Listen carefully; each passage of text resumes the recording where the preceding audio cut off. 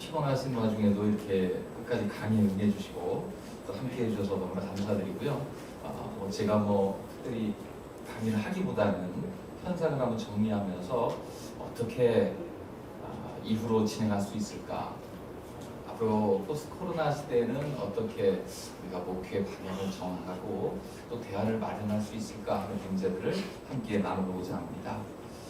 한 2년 가까운 동안 교회 내에 어떤 변화가 있었습니까? 스스로 코로나 시대에 이런 변화가 있었고 혹은 이런 발전이 있었다 이런 거 있으십니까? 뭐가 좀 많이 성장하고 는 거 없으세요? 온라인 실력이 상당히 늘었고 영상 제작 능력이 탁월하게 향상되었으면 그런 거 없으십니까? 2년이면 어마어마한 변화가 올 수 있는 시간인데 어떻게 지내시는지 모르겠습니다. 저도 생각해 보니까 참 여러 가지 이런저런 모색을 했던 것 같아요. 초기에 신천지 때문에 이런 일이 벌어진 영향이 있고 그것 때문에 교회에 큰 네거티브한 그 영향이 있다 생각해가지고요. 교인들이 이럴 때일수록 성경을 공부해야 되겠구나. 그래서 수요예배 때 교리교 공부를 시작했는데 벌써 1년 반 정도 하고 있고요. 앞으로 1년 반 넘어야 끝날 것 같아요. 저희는 수요예배 시마다 조직신학을 공부합니다. 그래서 웨인 브루뎀의 책 3권을 제가 낱낱이 쪼개서 공부하고 있는데 지금 절반쯤 왔어요. 그런데 그러면서 우리 교단의 교리책이 꼭 필요하고 이것을 절절히 나눠서 공부해야 되는데 싶었는데 이런 교재가 나오기 시작하고요. 앞으로 이런 교재가 나올 것 같아서 굉장히 기대가 됩니다. 또 보니까 온라인 시대 때 보면 전부 집에 있고 오지 못하는 상황에서 정말로 필요한 것은 가정이 교회가 되는 거구나. 가정예배가 너무나 필요하구나. 근데 가정에서 우리 아빠들을 엄마들을 제사장으로 세우는 일이 참 소홀했구나 생각하면서 중간 단계로 가정예배를 만들어 송출해야지. 그래서 여러 차례 기간 정해가지고요. 우리 교육부서 교육자들이 설교하고 예배하고 이게 다 해갖고 콘텐츠 틀기만 하면 될 수 있도록 가정예배를 매주 만들어 송출하게 됐습니다. 매일 3주간도 하고 이렇게 해서 계속 가정예배를 또 제가 3주간 만들기도 하고 가정예배를 송출해서 가정이 교회돼야지 이런 일이 있구나 그런 시도도 해봤습니다. 또 교회로 올 수 없으니까 그렇다고 주중에 교회 오는 것만 할 수 없잖아요. 그래서 교회 방문 캠페인도 해봤습니다. 그래서 교회 그냥 오면 뜸 하니까 교회 각 예배실마다 기도 제목들을 다 붙여놓고 교회 한 바퀴를 돌면서 기도하며 돌으면 한 1시간쯤 걸리게, 그것이 끝나고 나면은 교회에 있는 카페에서 커피 무료로 마실 수 있는 권한을 줘가지고요. 그런 것도 해봤습니다. 또 교회가 문 닫히고 나니까 너무나 쓸쓸한데 이럴 때 할 수 있는 최고의 선물은 교회를 고치는 거다. 그래가지고 교회 리모델링도 했습니다. 그래서 교회 2, 3층을 거의 1년에 걸쳐서 다 고치고 나서 이번에 완전히 닫혔을 땐 1층까지 고쳐가지고요. 교회 거의 한 60-70% 리모델링을 다 끝냈습니다. 그거 끝나고 나니까 이제 좀 열려가지고요. 그 새로 열린 장소에 우리 아이들이 오니까 참 기쁘기도 했습니다. 또 영상 촬영하다 보니까요. 영상도 하나 갖고는 안 돼가지고요. 몇 군데 놓고 얼굴이 검으니까 조명도 놓고 하다 보니까 영상 장비를 자꾸 구입해가지고요. 적잖은 영상 장비가 마련돼서 이제 교육자들이 빨리 스튜디오를 마련해 주셔서 지금 민원을 듣고 있습니다. 그래서 교회에서 스튜디오를 만들어갖고요. 영상 제작된 것이 더 즉시 송출될 수 있도록 하고 팀을 만들고 준비하고 있습니다. 그러니까 2년 동안 묶여 있었던 것처럼 보였는데 이렇게 돌아보니까 이것저것 많이 했더라고요. 근데 그것을 어떻게 종합해서 앞으로의 사역에 적용시키는가, 또 본말이 전도되지 않도록 어떤 것이 본질이고 어떤 것이 보조하는 것인가, 이것을 잘 구별해서 사역하는 것이 참 필요하겠다 그런 생각을 해봤습니다. 그러면서 그 생각을 했습니다. 이 코로나 시대를 거치면서 이제 거의 끄트머리에 왔다고 생각하는데요. 코로나 시대를 거치면서 한국교회의 숨은 모습들이 하나하나 드러났다 그런 생각을 해요. 한국교회는 이 코로나 이전에도요, 음으로 양으로 많은 욕을 먹고 있었습니다. 근데 지금 코로나를 거치면서 먹은 욕의 양상은 상당히 다릅니다. 그 생각이 왔어요. 이런 그 물가나 하천에 지저분하고 쓰레기가 모여있을 때 두 종류입니다. 첫 번째는 홍수가 나면 지천에 있었던 쓰레기 위에 있던 것들이 다 떠밀려 내려서 하류로 해가지고요. 홍수 나고 나면 그 대청댐 같은 데 가면요, 쓰레기가 어마어마하게 모여있습니다. 댐 주변에. 그거 배로 며칠씩 건져서 고생을 합니다. 그러니까 코로나 이전에는요, 교회 모습이 어디선가 구유했던 쓰레기가 몰려가지고요, 모여있는 형태였다면 지금 코로나 시대는요, 어마어마한 가뭄이 든 것 같았어요. 가뭄이 들면 이전과는 다른 현상이 일어납니다. 아시죠? 물이 쫙 빠지고 나면 뭐가 드러납니까? 물 밑바닥에 있었던 더 큰 어마어마한 잔해들이 나타납니다. 지금 코로나 시대를 겪으면서 교회가 행동하는 모습, 대응하는 그 모습 속에서 교회가 과연 저 정도밖에 안 됐는가 하는 잔해를 본 것 같아요.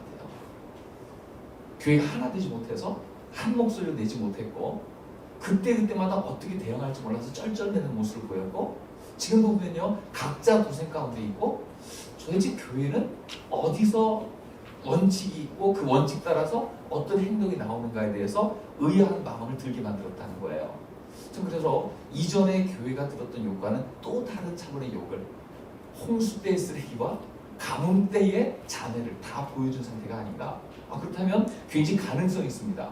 이 두 가지를 다 봤다면 우리가 어떻게 하느냐에 따라서 앞으로의 교회의 모습을 새롭게 해서 바닥도 깨끗하게 하고 지천도 정비해서 홍수가 나더라도 오히려 그 물을 이용해 가지고요 에너지를 만들고 그것을 자원 삼아 가지고요 새로운 일을 만들 수 있는 계기가 될 수 있을 거다.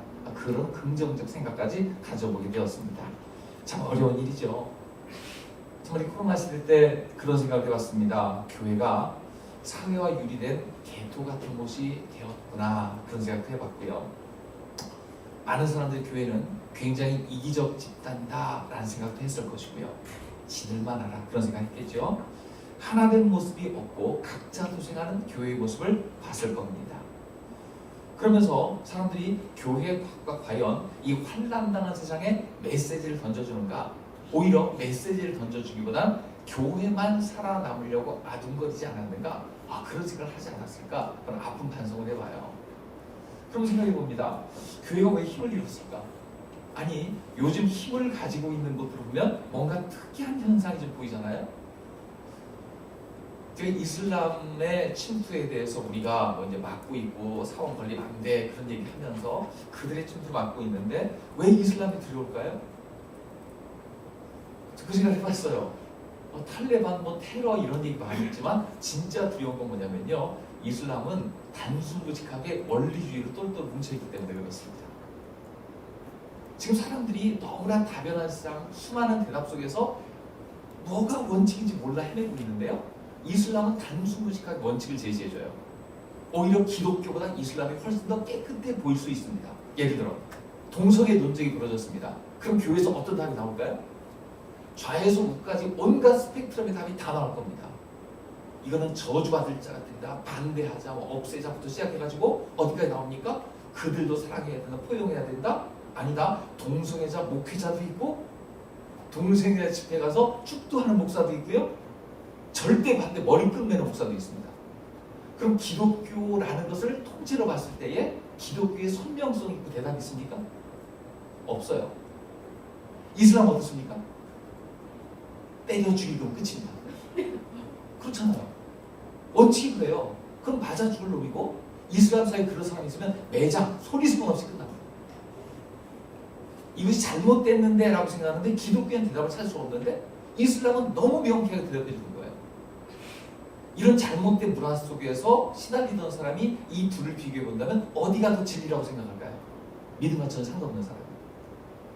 아니 기독교 가운데 있을지라도 그럴지 모르겠어요. 전 그런 거 보면서 기독교가 과연 지금 시대에 대답을 주고 있나? 지금 사회의 문제에 대해서 관심을 가지고 명쾌하게 해답을 주고 있나? 다양성이 있다고 할지라도 원칙이 있는 가운데서 그 원칙 중심으로 다양한 것을 이야기해주고 있나? 그런 걸 생각해 봤으면 좋겠다는 그런 마음이 들었습니다. 자, 그러면 우리 생각해 보겠어요. 지금 시대 정신을 지금 읽고 있는가 하는 겁니다. 지금은 문화전쟁의 시대라고 얘기하죠. 그런데 전쟁이라고 해서 적군과 아군을 나눠가지고요 전면전을 벌이는 시대가 아니라 이거는 게릴라전과 같습니다. 정규전 어떻습니까? 전선이 펼쳐져 있고 피하가 구별되죠. 그래서 적이 분명하고 어떻게 싸워야 될지 압니다. 근데 게릴라전은 어떻습니까? 누가 적이고 누가 아군인지 몰라요. 아군의 모양을 하는 적군이 있고요, 적군처럼 보이는 아군도 있어요. 굉장히 어렵습니다. 그러니까 지금 문화전쟁은요 피하 구별이 안 되는 대단히 혼란한 전쟁의 시대다, 저는 그렇게 생각하고 있고요. 이 코로나 시대가 그렇습니다. 정말 어렵습니다. 근데 이 시대에 많은 사람이 중요한 문제에 대해서 어떤 대답을 하느냐에 따라서 그 사람이 인정해줘요. 요즘 많이 나오는 데 뭡니까? 공정성의 문제가 많이 이야기돼요. 그리고 공정에 어긋난다 그러면 아주 엘러지 반응을 보입니다. 그래서 교회가 하는 거에 대해서 사람들은 교회는 공정한가? 그렇게 얘기했어요. 모든 세상이 다 어렵고 힘들어서 다 활동을 못하고 있는데 교회만 모이겠다고 하는 것은 공정성에 어긋나? 라고 생각하고 있는 거예요. 그런 세상의 생각을 읽고서 거기에 대답을 해줄 수 있어야 되는데 이 대답이 좀 굉장히 미흡했어요. 내 아픔을 공감해 주는가? 요새 공감 능력에 대해서 젊은이들이 굉장히 많이 이야기합니다. 그런데 공감 능력이 교회는 상당히 떨어진다고 생각하고 있어요. 더구나 텍스트에만 너무 치우친 나머지 콘텍스트를 읽는데 너무나 미흡하다는 것을 다들 봤어요. 어마어마한 변화 시대에 우리가 텍스트를 붙들고 있는데 텍스트를 보호하려는 것이 아니라 그 텍스트가 콘텍스트에 어떤 이야기를 해주고 있는가를 들려주지 못한 그런 경우가 너무나 많이 있다. 교회는 변치 않는 원칙을 제시해 붙이고 있는가? 불변의 원칙을 제시할 수 있는 그런 능력이 있는가? 그래서 우리는 변화 속에 불변의 원칙을 한번 찾아봤으면 좋겠어요. 그러면 이런 장면이 전혀 없는가? 아닙니다. 학자들 일부 다 해놨어요. 그래서 얘기를 해주고 있고 고민하고 그 속에서 해답을 찾도록 얘기해줬습니다. 저기 교재 텍스트에 뭐가 좀 제가 요약을 잘못했는데 웨버가 이 세 가지 모델 얘기했고요. 거기는 5가지는 니버의 모델이죠. 참 생각했습니다. 로버트 웨버, 위튼 대학 교수죠. 이분이 기독교 문화관 얘기하면 3가지 모델 얘기했어요. 그분이 한 모델이 3가지입니다. 뭐냐면 분리 모델, 동일시 모델, 변형 모델 이 3가지였어요. 그러니까 크리스찬이 문화 속에 살아가면서 첫 번째는 이 분리. 자, 예수 믿은 다음에 제일 처음 생각하는 뭡니까? 세상에서 분리되어서 하나님 나라로 그리스도의 세계로 들어간다. 초기는 이런 모델이 필요하거든요. 근데 조금 지나고 나면 세상과 교회가 별 차이가 없어 보일 때가 있어요. 동일시의 단계를 거칩니다. 그러나 성숙해가면 어떻게 됩니까? 이곳에 그대로 있으면 안 된다. 변혁해야 된다. 그렇게 하게 되죠. 그럼 변혁의 가장 큰 모델은 누구냐 생각할 때에 예수 그리스도를 깨닫는다는 겁니다. 그래서 예수님께서 이 땅을 변화시킨 모델이 성육신 모델이죠. 하늘 보좌 버리시고 이 땅에 오셨는데 이 세상 더럽네 여기 못 살겠네 그렇게 하셨습니다. 그렇죠? 세상에 물들어가고 예수님이 세상처럼 되지는 않았습니다. 세상과 분리되어 있으면서 늘 세상을 고치시고 치유하시고 바른 길을 제시하시고 결국은 자신을 바쳐서 구원의 길을 제시하는 게 예수님이시잖아요. 그래서 지금 문화시대에는 예수 그리스도의 성육신 모델을 따라가야 된다라는 것이 로버트 웨버의 주장이었어요. 이 모델만 깊이 묵상해도요, 요즘 시대에 우리가 어떤 대답을 제시할 수 있을 것인가 머릿속에 어느 정도 감은 오죠. 그러면 웨버가 이런 모델을 제시하기 전에 더 강력한 모델을 제시했던 사람이 있습니다. 리차드 니버. 1951년에 그분이 쓴 기독교 문화관에서 5가지 모델을 제시하죠. 잘 안 보이실 거예요. 이거 PPT 다 우리 교육부 다 해갖고 다 할 테니까 이거 자세히 보세요. 1951년입니다. 이 참 니버는 어마어마한 천재죠. 라이놀드 니버가 그 형인데, 여러분 알죠? 모랄맨의 이모럴 소사이티 쓴 사람. 그리고 동생 리차드 니버, 기독교 문화 쓴 분. 이분인데 그분이 5가지 모델을 제시했습니다. 여기 한번 대충 보고 그 다음에 자세히 볼 거예요. 대립적 문화관, 세속적 문화관, 군림적인 문화관, 역설적인 문화관, 문화 변혁주의. 이 5가지입니다. 한번 하나씩 자세히 볼까요? 자, 이거는 어느 것 하나가 절대로 옳다라고 얘기는 어려워요. 그때그때 상황에 따라서 적용할 수 있는 모델이고요. 거기 장단점들이 다 있습니다. 모델링이라는 것을 먼저 염두에 두고 생각해 봤으면 좋겠습니다. 첫 번째는 대립적 문화관. 여기는 문화에 대립하는 것이도 예수 믿으면 문화와 대립하게 된다. 이렇게 생각하는 거예요. 자, 문화를 악으로 취급하는 이월론적 세계관입니다. 이게 남 얘기가 아니라요. 우리도 겪었고요. 교회사 속에서 늘 이루어졌던 거예요. 초대교회 어떻습니까? 로마의 관계 속에서 대립했죠. 로마는 악의 세력입니다. 칼로 죽이고 순교를 시키는 악의 세력입니다. 그럼 옛날에만 있었습니까? 최근에 보면요, 우리나라 구한말과 일제시대 때의 그 일본이라는 제국주의 세력, 거의 악의 세력이었습니다. 일제는 악이었고요. 그 당시 정하는 그리스도에게 그들은 적그리스도였어요. 그들에 대한 것이 선이었어요. 그렇지 않습니까? 그럼 그 이유 어떻습니까? 해방 이후에 군사정부 시절에 많은 사람들이 이 군사정부를 악으로 생각했어요. 그런 경우도 많았죠. 아니 선하다고 생각하는 경우도 있었고 악으로 생각하는 경우도 있었어요. 그때 선하다 악하다 마주쳤던 이데올로기가 지금도 싸우고 있는 중입니다. 그렇지 않습니까? 그들도 하나님이 세운 권위다 라고 생각했을 때 조찬기도를 하고 축복하고 했던 분들이 있습니다. 기독교 우익으로 지금 남아있고요. 그때 저항을 싸우면서 뭐 노동 세력과 합해서 하던 사람 진보 세력으로 남아있고요. 지금도 이 두 가지가 그대로 기독교에 이식돼가지고요 아직도 남아있습니다. 잘 보면 그들의 가치관 가운데 뭐가 있습니까? 대립적 문화관, 세계관인 거죠. 그러니까 이 세계관은 아직도 사람을 움직이는 세계관이고요.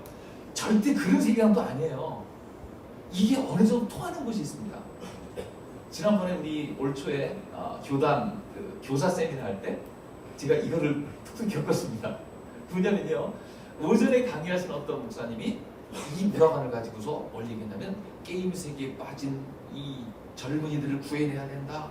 요새 메타버스가 얼마나 위험한 줄 아느냐 막 그러면서 그냥 거의 막 뒤깠어요. 저는 뒤에서 들으면서 아이고 나는 완전 반대인데 그렇게 생각하고 있었어요. 근데 그분이 그러냐? 아닙니다. 그분이 사역하는 대상은 중독에 빠져있는 아이들이에요. 그 아이들이 거기에 오고 있고요. 그 악의 세계에서 구해내가지고요 정결하게 만들어야 됩니다. 그분은 옳게 얘기한 거고요. 그분의 사역 대상에서는 적절한 것이라고 저는 생각이 되었어요. 근데 저는 어떻습니까? 저는 나중에 메타버스의 세계관 속에서 우리는 목회자도 파송할 수 있어야 해서 그렇게 생각했거든요. 그럼 그 사람과 저 사람은 완전히 다른 겁니까? 저는 또 다른 입장에 서 있거든요. 정말로 중독된 아이들은 그렇게 해주는 요법을 써야 됩니다. 환자에 따라 처방은 달라져야 되죠. 하지만 어떻습니까? 그 세계 속에서 너무나 그 자유롭게 살고 있는 아이들, 지나칠 때 중독적이 됐을 때 끊어줘야 되지만 그 안에서 뭔가 대안을 찾고 있는 아이들에게는요 찾아가서 위로해주고 상담해주고 끊어줄 수 있어야 되잖아요. 어떤 가치관을 가지고 있느냐에 따라서 달라지죠. 그러나 이 대립적 문화관도 아주 틀리다 할 수는 없어요. 성경주의, 근본주의는 아직도 대립적 문화관 속에 많이 있다. 그렇게 생각할 수 있죠. 자, 그 다음 어떻습니까? 세속적 문화관이 있습니다. 문화의 그리스도. 다 이미 리버가 이미 분석해 놓은 거예요. 문화의 그리스도. 이거는 교회와 세상을 동일하게 보는 세속적 세계니까 아마 학교에서 공부하실 때 다 공부하셨잖아요. 그때 리포트 다 쓰셨잖아요. 다 잊어버려서 그렇지. 자, 여기서 뭘 얘기하고 있습니까? 아니 교회나 세상이나 다를 바 없지. 이게 가능했던 시간이 있습니다. 바로 로마가 기독교를 국교로 인정했을 때 그때는 기독교가 로마가 기독교였어요. 그렇지 않습니까? 성직자는 국가의 녹을 받았고 공인된 가운데서 이 저항하는 국가가 사라진 그때입니다. 거의 동일시되었죠. 그러다 보니까 예전에 로마의 압제 아래 있을 때는 선명한 신학이 있었는데 이제 모든 성직자가 국가의 공무원이 되다 보니까 거듭나고 신실한 사람이 성직자가 되는 것이 아니라 권력욕이 있고 야망이 있는 사람이 성직자가 되면서 지금의 가톨릭이 만들어지는 기반이 이때 생겼죠. 지금도 이게 좀 비슷한 곳이 있습니다. 일제시대 때 우리나라 교회를 탄압하면서 교파를 다 없애고 교회를 하나로 만들려고 했어요. 그러면서 천황 숭배와 배치되지 않는 기독교를 만들려고 했습니다. 이걸 꾀한 거죠. 지금 중국이 삼자교회를 통해서 지하교회를 없애고 삼자교회를 만들면서 거기서 보면 통제하에 있는 기독교를 만들려고 합니다. 비슷하죠. 약간 다르지만요. 지금도 유럽의 교회는 스테이트 처치의 전통이 있습니다. 국가의 하나의 교회. 우리는 디노미네이셔널 처치, 교파교회 전통을 미국에서 인식받았지만 유럽의 교회는 한 국가의 한 교회 전통이 있습니다. 영국 성부에도 그렇고요. 로마 독일 루터교회도 그렇고요. 거기는 종교세를 내고 실조 대신에 종교세를 통해서 월급을 받는 그런 성자들이 있습니다. 여기가 좀 비슷한 면이 없지 않아 있죠? 기독교 문화는 있지만 기독교 정신이 좀 사라지는 묘한 문화 이런 것이 있습니다.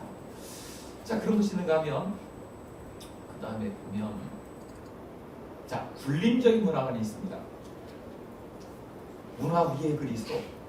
자, 세상을 기독교적 방식으로 지배하려는 세계관입니다. 이 클레멘트 토마스 아퀴나스 나와 있는데 가톨릭의 방식이 이와 비슷합니다. 현재 가톨릭은 어떻습니까? 예전에 교황권이 강했을 때 교황이 황제를 임명했습니다. 파면했습니다.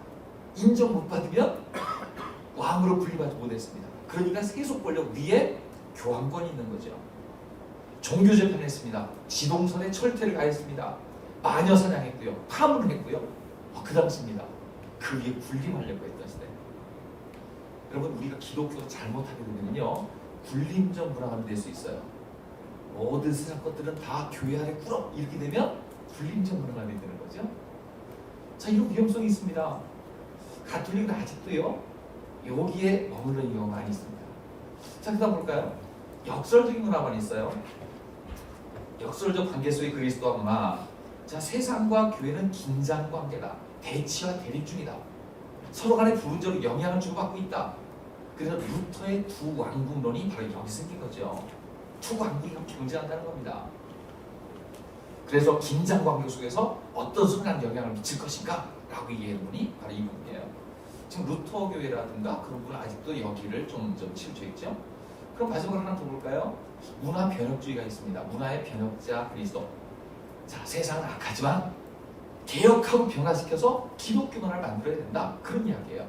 문화를 개혁 대상으로 봅니다. 어거스틴, 칼빈 그런 경우에요. 칼빈이즘이 그렇죠. 화란의 개혁주의가 그렇습니다. 여기서 그리스도의 주권 사상이 나옵니다. 하나님은 모든 세상의 주인이시다. 그래서 모든 문화 영역과 정치, 경제 영역에서 하나님이 주권을 가져야 된다. 그래서 저기 지금 화란의 개혁주의라든가 그런 데 보면은요, 이런 것을 계속 갖고 있고요. 예전에 보면은 여러분 아브라함 칼퍼 들으셨죠? 네덜란드 수상이 화란 수상이 돼가지고요, 진짜 기독교 정치를 실현하라고 했어요. 개혁에. 그 당시 주일이 되면 어땠습니까? 주일 되면 곳곳마다 찾아다니면서 교회 안 나와서 다 교회 나로 깨고 다녔다. 그때입니다. 그리고 지금도 보면 헤럴만 도어베트라든가 뭐 이런 사람이 있습니다. 기독교 철학자들이 있거든요. 그래서 기독교적 방식으로 세계를 재구성해서 이야기하고 통치하려는 그런 시도들이 계속되고 있습니다. 자, 대상을 변화시켜야 된다. 요즘도 이런 가운데서 미국에서 나오는 사람이 공공신학의 말 들어보셨을 거예요. 퍼블릭 테올로지라고 해서 공공신학. 기독교의 가치관이 이 공공세계의 질서에 분명히 영향을 미칠 수 있고 신학적인 토대와 이론과 기반을 제시해 줘야 된다는 거예요. 제가 한남대학에서 이 박사과정 할 때에 이 공공신학이 제일 뜨거운 학교가 있어요. 그래서 우리나라도 지금 이제 좀 얘기가 되더라고요. 그래서 보면은 NGO도 참여하고 선한 일도 이끌고 뭐 그런 것을 이야기하는 거죠. 자, 이 5가지 모델을 한번 살펴봤습니다. 제가 앞으로 이야기하고 있을 토대를 쌓아놓은 건데 20분밖에 안 남았지만 그럼 보겠습니다. 코로나 상황 속의 한국교회는 이 5가지 중에서 어디에 속해 있었습니까? 5개 있었죠. 다 왔다 갔다 했다니까요. 기독교의 어떤 분명한 우리는 여기에 바탕에서 여기는 수용하지만 주류는 이거다 있었습니까? 근데 세상 사람들이 볼 때에 이 중에서 그럼 저거는 기독교 입장으로서 인정할 만하다 하는 건 어디 있었을까요? 아마도 위의 세 개는 아니야 라고 생각했을 거예요. 아래 2개는 인정만 할 만했을 거예요. 그렇지 않습니까? 그런데 기독교는 이 5개 중에서도요, 대립에 더 많이 속해 있었어요. 아직도 옛날 가치관, 탄압받고 있다, 왜 교회 핍박하냐, 이런 반응이 많았단 말이에요. 자, 불교는요, 약간 세속적 입장. 불교는 아무 게 없었죠. 캐톨릭은요, 위에서 뚝 내려다보면서 지침 하나 내리고서, 그러니까 불교나 기독교를 욕하는 사람이 없었어요. 불교나 그 가톨릭을. 그러나 기독교는 어떻습니까? 중구난방으로 욕을 먹은 거예요. 리버의 도식에 의하면 오히려 역설적으로 이 역설 상황 속에서 어떻게 대할지를 고민하거나 아니면 변혁적으로 어떻게 바꿀 것인가를 고민하거나 이 고민이 부족했다고 합니다.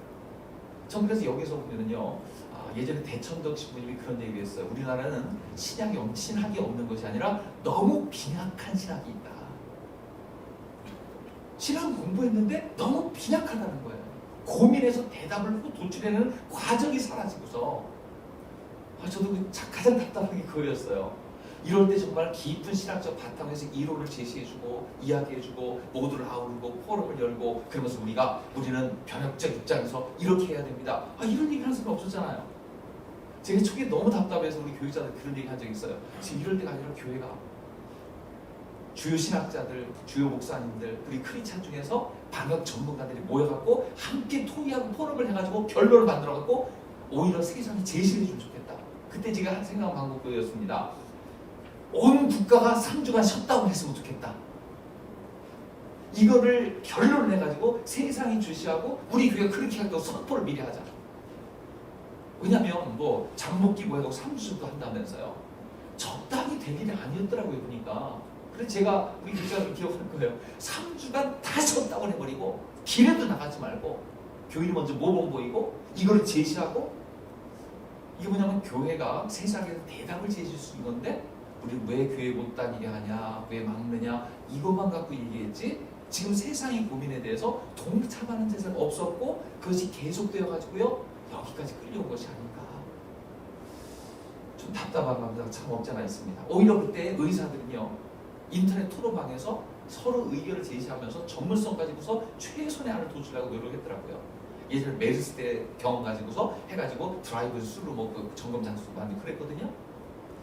야, 크리스찬 전문가, 크리스찬 리더들이 이때 지혜를 가지고 세상에 뭔가 대답을 해줄 수는 없었는가. 그럼 이때 끝나고 나서 이제 사라질 거예요. 그럼 그 다음에 또 다른 위기가 왔을 때는 우리 세상에 무슨 대답을 해줄 수 있을까? 이 모델 중에서 나는 어느 모델에 속해 있고 우리 크리스찬들은 세상에 대해서 이런 입장을 가져야 되는 동일한 어떤 토대 위에서 대답을 해줄 수 있을 건가? 참 대답이 없는 어려운 얘기 하고 있습니다. 미래가 어마어마하게 변하고 있어요. 지금 여기에 대해서 지금 대답을 하고 있습니까? 몇 가지만 생각해 보면요. 온라인 기회에 가져온 변화가 있어요. 아, 참 어려워요. 그렇지 않습니까? 여러분 교회 지금 출석률 몇 프로 해결됐습니까? 저희 교회가 매주 40명, 50명씩 늘어서 이제 55%까지 코로나 이전에 나머지 온라인 예배 드리는데 사실은요 온라인 접속자 수가 딱 뜨잖아요. 사라진 사람이 많아요. 함께 보겠지라고 했지만 그렇진 않습니다. 신방송합니다. 아예 안 오셨는데 집에서 예배 잘 드리고 계세요? 네. 근데 그 내가 진짜 내지 아닌지 아무도 확인 안 됩니다. 익명성 있으니까 누가 들어올지 몰라요. 그러면서 우리 젊은이들은 예배에 참여한다는 참의 의미는 뭐냐? 아 이거 온라인으로 들어도 참 좋던데요? 오히려 귀에 저 잘 들어오던데요? 아니 우리 교회 노인분들이 하는 말입니다. 목사님 얼굴도 크게 보이고 잘 들려서 좋아요. 왜냐면 우리 교회 스피커가 좀 약간 문제가 있거든요. 그런데 집에서 들으니까 잘 들린다는 거예요. 그 노인분들 중에서 좋아하시는 분이 계십니다. 아이 설교만이 예배의 전부는 아닌데 이걸 어떻게 가르쳐 드려야 되나? 우리 아이들도 그럴 겁니다. 아이 바쁜데 시험 보고 나서 잠깐 들어가고 설교 끝나고 나서 예배 드린 다음에 딱 한 다음에 들어오니까 시간 절약되고 좋던데요? 대답을 해줘야 되잖아요. 더군다나 이 유튜브 알고리즘이 우리한테 장난 많이 쳤어요. 우리 교회만 쳐서 우리 교회만 딱 뜨면 좋은데 유사한 온갖 것이 다 나옵니다. 우리 교회 예배가 좀 늦게 시작한다면 다른 교회 다 한 바퀴 신방하고 나서 우리 교회 들어옵니다. 우리 교회에서 한번 뭐 잘못해서 방송사고가 난 적이 있어요. 한 10분쯤 늦게 뜬 적이 있습니다. 오후가. 그랬을 때 우리 성도들은요 전부 흩어져서 온갖 교회 다 신방하고 하더라고요. 그런데 이전에 한 500명이 들어가 있었는데 신방하고 나서 온 사람은 200명, 300명 다른 곳에 가 계셔요. 아 이걸 몇 번 체험했다니까요. 그러면서 지금 보면 여러분 그 유튜브 알고리즘이 이곳저곳 연결시켜 주는데 그러면서 어마어마한 구독자가 늘어난 교회가 있고 그럼 한국 교회 중에서 지금 구독자가 제일 많은 교회 어디일까요? 네? 그 몇 명이에요? 대략 제가 아는데 검색해 봤는데 유기성 목사님 교회가 한 17만 정도가 돼요. 성도들 몇 배 될 겁니다. 우리 교단교회 중에 신기교회가 제일 많은 것 같습니다. 25,000명 되는 것 같은데 아닌가요? 저희가요? 좀 그분들 생각을 했어요. 알고리즘 우리를 다른 분들이 인도하는구나. 알고리즘이 우리를 선한 초장으로 인도하고 그러고 있는데 그런 게 좀 있어요. 집단성 어떻습니까? 이런 것들이 하나하나 데이터를 모아가지고요 크리스찬들 어떻게 관심이 나를 갖다 연구할 수 있는 바탕이 마련되고 있어요. 교회 정체성에 대해서 질문하고 있죠. 그러면서 우리가 계속 큰 질문을 받는 그겁니다. 우리가 지금 크게 착각하고 있던 것이 뭐냐면요 제가 우리 교회에서 그 설교를 했는데 신앙생활과 교회생활을 너무나 크게 착각하고 있는 것이 드러났다라는 것을 깨달았어요. 교회생활이 신앙생활을 착각하고 살았잖아요. 교회만 잘 나오면 성도이고 헌금 잘하면 문제가 없고 아닙니다. 코로나 시대가 되고 나니까 교회생활이 문제가 아니라 이 사람이 신앙생활을 하고 있느냐가 문제였어요. 교회라는 창문이 딱 닫히고 나니까 어떻게 됩니까? 접속하는지 안 하는지, 아니 그 상황 가운데서 그 사람의 신앙은 지켜지고 있는지 아닌지가 훨씬 더 중요했잖아요. 여기서 우리 깨달은 게 겁니다. 교회 생활은 탁월하게 잘하지만 신앙 생활은 형편없는 사람이 드러났고 가능합니다. 그런데 신앙 생활은 탁월한데 교회 생활이 엉망인 사람은 거의 없습니다. 그래서 우리는 교회 생활을 가르치는 것이 아니라 진짜 신앙 생활을 가르쳐야 되겠구나. 문이 닫혔어도 가정에서 능히 예배가 이루어지다가 문이 열렸을 때 가정 단위로 다 돌아올 수 있는 구조를 갖춰야 되겠구나. 목장이 정말로 든든한 교회가 되어서 이럴 때도 문제없이 곳곳마다 신앙이 점검될 수 있는 조직을 만들어야 되겠구나. 이 조직이 잘 돼 있는 교회는 아까도 얘기했지만 피해가 적을 것이고, 이 조직이 없이 교회 중심으로 하면은 상당한 피해가 예상된다. 그 얘기를 했죠. 선교도 방향전환 되고 있습니다. 요즘 보니까 그 선교지에 못 간 선교사님이 뭐 중으로 신학교 강의학원을 다녀봤어요. 그러면서 꼭 그 현장에 있어야 될 이유는 무엇인가에 대한 질문이 또 던져지고 있습니다. 그러니까 수많은 것에 대해서 질문을 던지고 있어 그곳에 꼭 있어야 될 이유, 교회에 꼭 가야 될 이유, 본질에 대한 질문이 계속 던져지고 있고요. 여기서 대답을 해주지 않으면 안 되게 되었다는 거죠. 자, 언택트 사회가 이미 왔잖아요. 이미 가까이 왔습니다. 메타버스 사회라는 것이 지금 성큼 가까이 왔어요. 여기 보면 메타버스의 그 인프라도, 플랫폼도, 컨텐츠도, 디바이스도, 사람도 어느 정도 다 갖춰져 있습니다. 이 5가지가 일치되면 메타버스의 세계관과 사회가 열리거든요. NFT란 말 들어보셨죠? 전혀 안 들어보신 것처럼 그럼 제가 굉장히 혼란스럽습니다만, 넌 펀저블 토큰이라고 해가지고 이게 메타버스 세계를 연결하는 기가 막힌 어떤 수단이 될 것이고, 이것이 통용되면서 우리의 상거래라든가 아니면 사이버상의 삶의 구조를 다시 할 수 있는 그런 어떤 블록체인 기반한 토큰입니다. 소유권과 거래와 관련 정보를 저장해서 위변조가 불가능하게 만드는 어떤 디바이스 장치예요. 그런데 이 NFT가 활성화되면서 굉장히 다양한 일이 벌어질 것 같아요. 디지털상의 진품 증명이 가능하고 소유권 주장이 가능하고 거기에 대한 지적 재산권 활용이 가능한 시장이에요. 지금 이것이 보이지 않는 속에 열광하고 있다니까요. 2018년에 NFT 시장이 한 4천만 불 정도였는데 2020년도에 3억 3,800만 불 시장이 되었습니다. 이건 얘기하자면 한이 없는 얘기라 이건 따로 다른 주제이기 때문에 중요한 건 뭐냐면요, 이렇게 세상은 바뀌고 있다는 거예요. 어마어마하게 바뀌고 있어요. 아이들이 노는 공간, 아이들의 생각 바뀔 겁니다. 우리 다음 세대 분명히 변화된 가운데 살게 될 거예요. 자, 메타버스 이게 가능한가? 그럼 메타버스 하면 촌스러운 사람이고 메타버스 그래야지 좀 아는 사람인데 메타 유니버스잖아요. 자, 메타 유니버스 하고 생각해 볼 때 여러분 이 그림 보면 생각나실지 모르겠어요? 맨 좌측 상단에 지금 누굴까요? 연식이는 사람 다 아는 사람인데 모르세요? 사이버 가수 아담이라고 기억하십니까? 1998년에 만들었던 사이버 가수예요. 그래도 저 친구가 불렀던 노래 앨범이 20만 장이 팔렸습니다. 없던 존재를 만들어낸 거예요.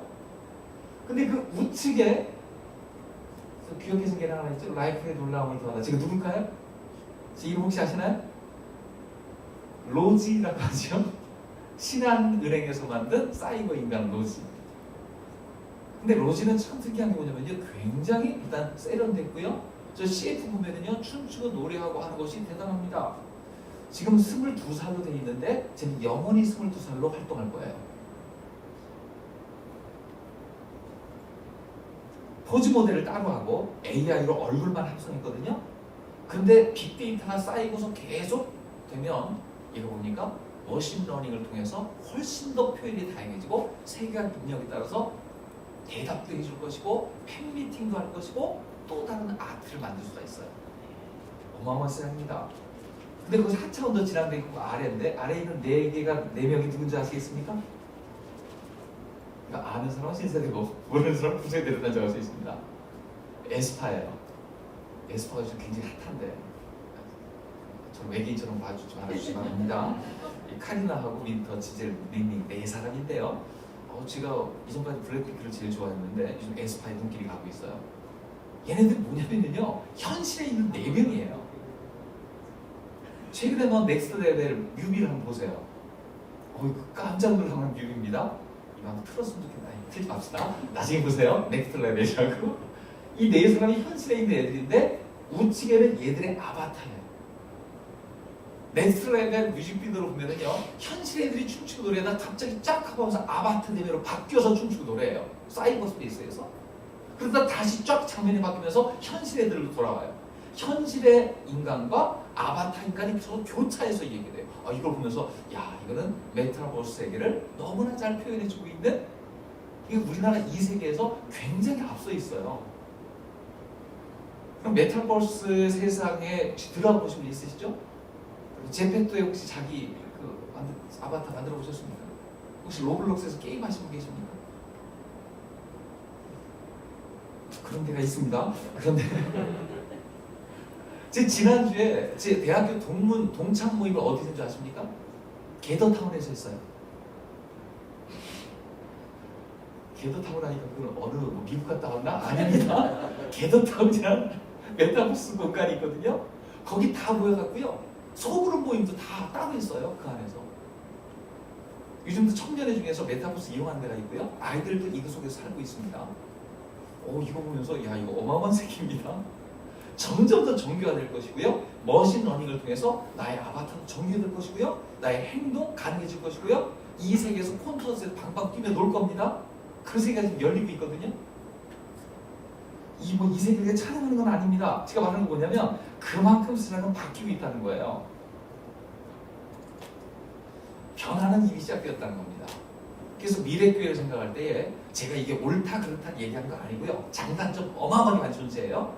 다만 제가 얘기한 건 뭐냐면은 목사님들이 알아야 얘기할 수 있다. 알아야 진로 지도가 가능하다.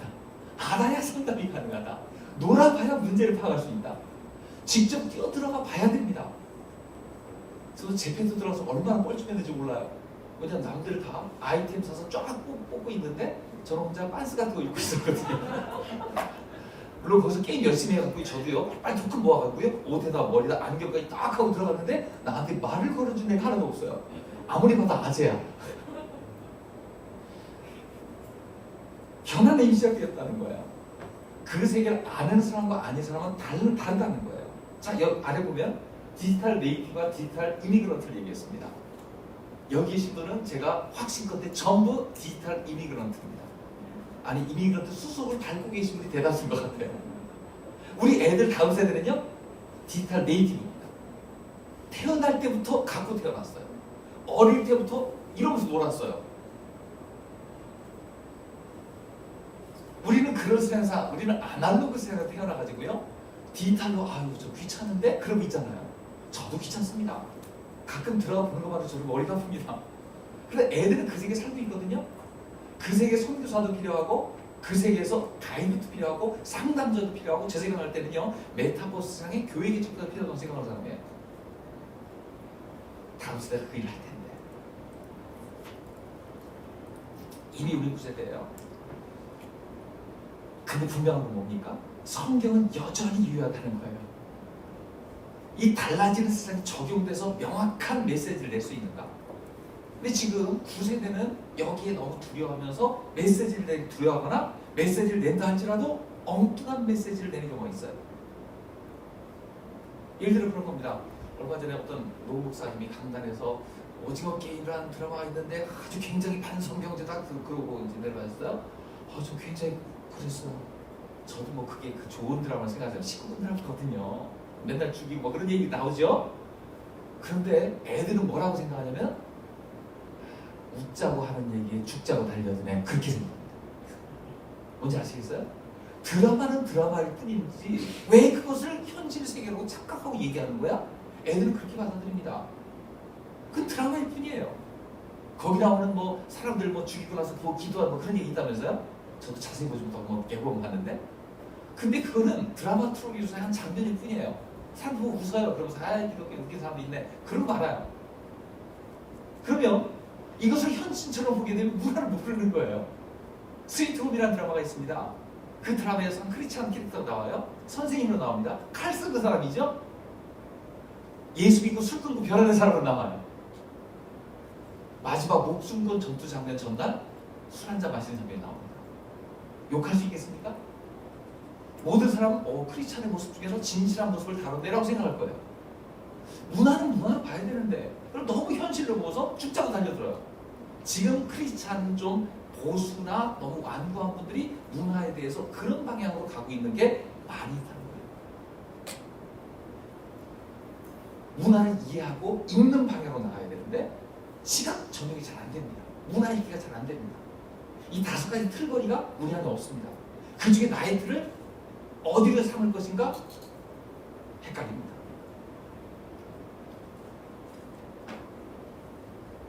알지 못하는 세상이 지금 열리고 있고요.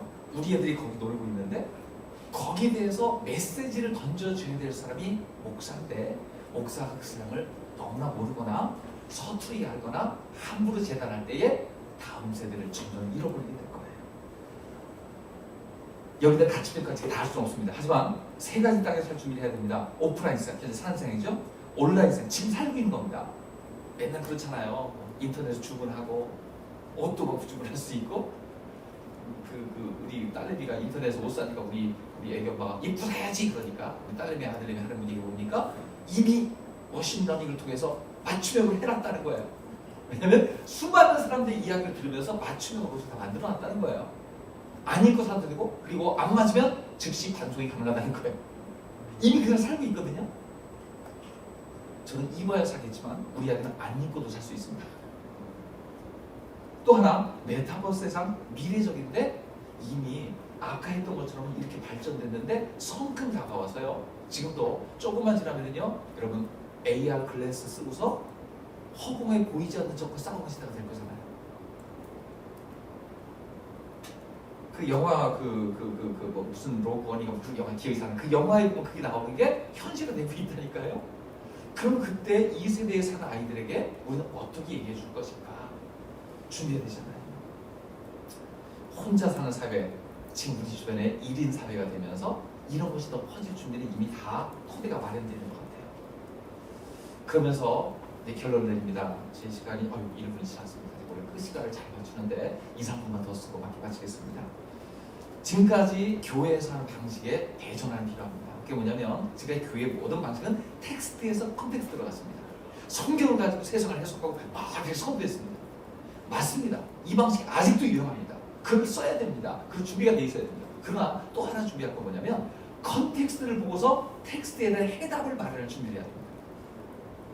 앞에가 연역적 방법이라면 뒤는 귀납적 방법이죠. 우리가 교회에서 귀납적 성경 공부, 여러 성경을 하면서 하나의 원리로 가는 거예요. 이게 아니라 제가 말하는 귀납은 세상의 여러 상황들을 보면서 이 세상을 해석해 줄 수 있는 성경을 잡을 수 있어야 됩니다. 그거 없이는 아이들에게 가서 대화가 되기 힘들 거다. 여러 문화 현상 속에서 해답으로서의 말씀을 제시할 수 있는 능력이 필요하다. 그러니까 성경만 예전에 공부했다면 이제 세상을 보는 눈도 기르면서 그 아픔을 가지고 성경을 잡을 수 있어야 된다라는 것이죠. 또한 이 문화 논쟁은 앞으로 계속될 겁니다. 문화를 보는 눈, 이야기하는 속에서 자기 가치관이 드러날 겁니다. 세계관이 분명해질 겁니다. 이것을 분명히 해야 이 세상에 대답을 해줄 수 있는 교회가 될 것 같습니다. 참 제가 이 강의 준비하면서 명쾌한 해답을 얘기해야 되는데 분명하진 않아요. 그러나 분명한 것이 무엇입니까? 세상에 온갖 것이 변해도 하나님 말씀은 절대 변하지 않더라고요.